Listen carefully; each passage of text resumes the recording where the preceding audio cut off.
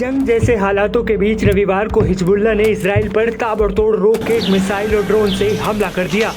Lebanon और Israel के बीच इस वक्त जंग जैसे हालात बन गए हैं। मीडिया रिपोर्ट्स के मुताबिक हिजबुल्लाह ने उत्तरी इजराइल में 100 से भी ज़्यादा रॉकेट, मिसाइल और ड्रोन दागे, जिसके बाद वहां अफरा तफरी मच गई। इन हमलों को हिजबुल्लाह की तरफ से अब तक का सबसे बड़ा पलटवार माना जा रहा है, जिसकी पुष्टि इजराइल डिफेंस फोर्स ने भी की है। IDF ने तबाही के कई वीडियो भी जारी किए हैं। इजराइल डिफेंस फोर्स के मुताबिक हिजबुल्लाह लगातार उनके लोगों को निशाना बना रहा है।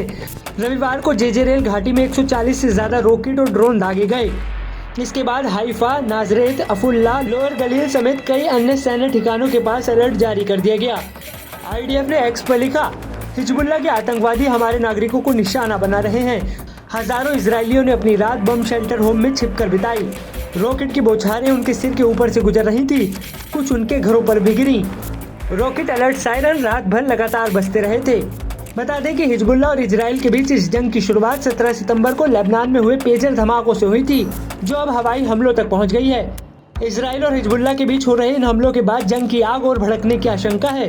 बात बढ़ी तो फिर ये बात सिर्फ इजराइल और हिजबुल्लाह तक ही नहीं, बल्कि इजराइल और लेबनान तक पहुंच जाएगी।